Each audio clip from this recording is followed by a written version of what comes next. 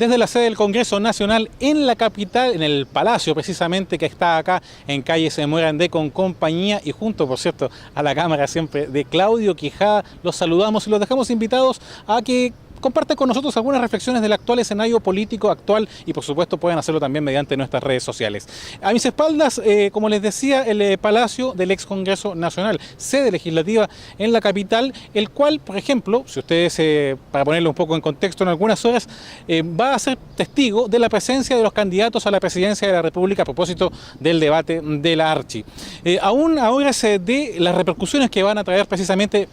sobre todo, en especial, las interacciones entre los distintos candidatos, porque seamos honestos, más que debates presidenciales, lo que hemos sido testigos es de foros, es decir, con tiempos determinados para que cada uno conteste algunas preguntas, más que las interpelaciones habituales. Y cuando fuimos testigos de interpelaciones, por ejemplo, durante el proceso de primarias, la verdad es que la calidad de los argumentos dejó mucho que desear, puesto que se centraron más que en aspectos programáticos o de ideas para el país, en ataques incluso a nivel personal. Pero anticipándonos a lo que va a pasar el día de mañana y de los cuales ustedes seguramente van a leer durante las próximas semanas, porque estamos a puertas de noviembre, el mes de las elecciones, pero no solo presidenciales, sino que de consejeros regionales. Usted sabe lo que hacen, sabe quiénes son los que van por su región, de senadores, las regiones impares, recuerde, Atacama, Valparaíso, el Maule, la Araucanía. Bueno, ¿usted sabe quiénes son los candidatos que van por esas zonas? En el caso de los diputados, se renueva completa la Cámara de Diputados. ¿Usted está en conocimiento de quiénes van, qué proponen? Bueno, todo aquello debería usted informarse si es que de verdad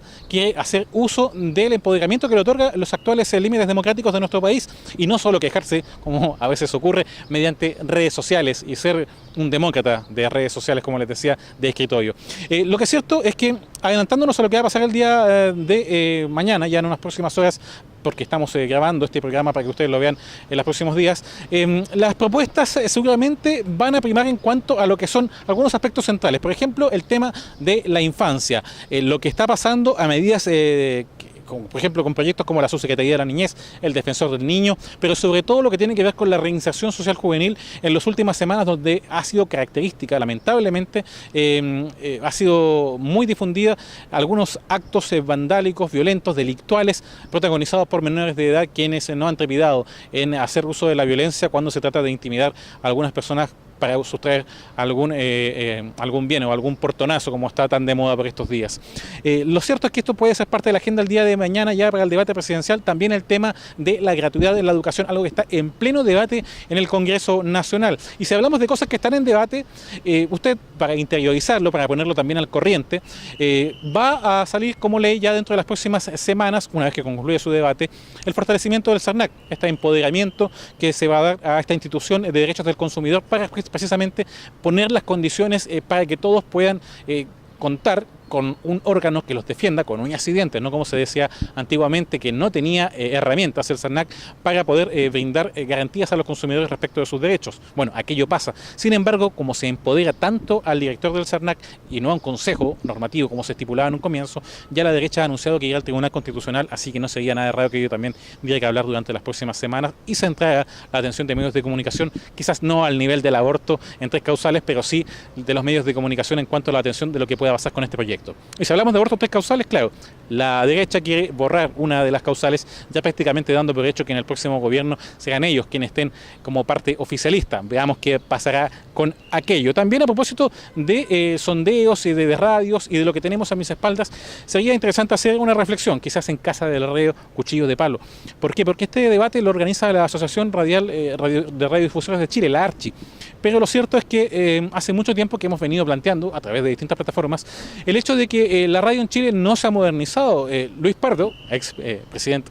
timonel, titular de la ARCHI durante más de una década, fácil. Bueno, la verdad es que fuera de presidir las reuniones, los debates y dar saludos correspondientes a los mandatarios de turno, mucho no hizo por el tema de la digitalización del dial, y fruto de ello es que, por ejemplo, un medio como la radio sigue teniendo la credibilidad que tiene, pero a nivel legislativo o de normas legales sigue teniendo este rango obsoleto, donde tenemos un dial AM, como el que nos sustenta a nosotros, en la amplitud modulada. Sin embargo, en Chile es, la verdad, lamentable las condiciones que tiene. Pensamos que después del 17 del 2010, del terremoto del 27F, podíamos haber aprendido las lecciones, puesto que se cayeron todas las antenas de radio y fue la radio AM, la que con su amplitud modulada pudo llegar a gran parte de la zona centro-sur del país. No aprendimos nada. Las radios siguen concentradas en manos de unos pocos y cuando llegan debates como este, bueno, vemos a los mismos de siempre, a las mismas radios de siempre con sus mismos rostros y figuras de televisión, haciendo uso de la palabra frente a las autoridades y luego nos olvidamos hasta los próximos 4 años y este es un tema que no es prioridad, claro, no es seguridad ciudadana, no es control de catástrofes, pero cierto, el control de los medios de comunicación y que esté en manos de unos pocos y los dirigentes que están a cargo de esto no hayan hecho algo durante las últimas 2 décadas, incluso la televisión digital está avanzando un poco más, bueno, quiere decir algo. Tenemos que dar un remesón en este punto y esperar, con esperanza solamente, porque nadie ha bregado por nosotros, de que algún candidato tenga a su bien dentro de la agenda poder desconcentrar los medios, porque tenemos a prensa escrita, que es dueño de radios, tenemos a canales que son dueños de radios, a conglomerados extranjeros que son dueños de radios. ¿Usted cree que si yo voy afuera a otro país y hago inversiones en materia radial, voy a tener la posibilidad de adquirir 20 radios como pasa con los medios nacionales? Bueno, es bastante poco probable. Fuera de esa reflexión, digamos en todo caso que a propósito de la discusión de presupuesto que también se está llevando por estos días y que tiene lugar hasta el próximo 30 de noviembre, es el plazo fatal para aprobar los montos del presupuesto 2018, un tema me llama la reflexión. Hablábamos con el senador José García Rominot respecto, por ejemplo, a la inversión en materia de seguridad ciudadana. Hay peticiones para incrementar presupuestos,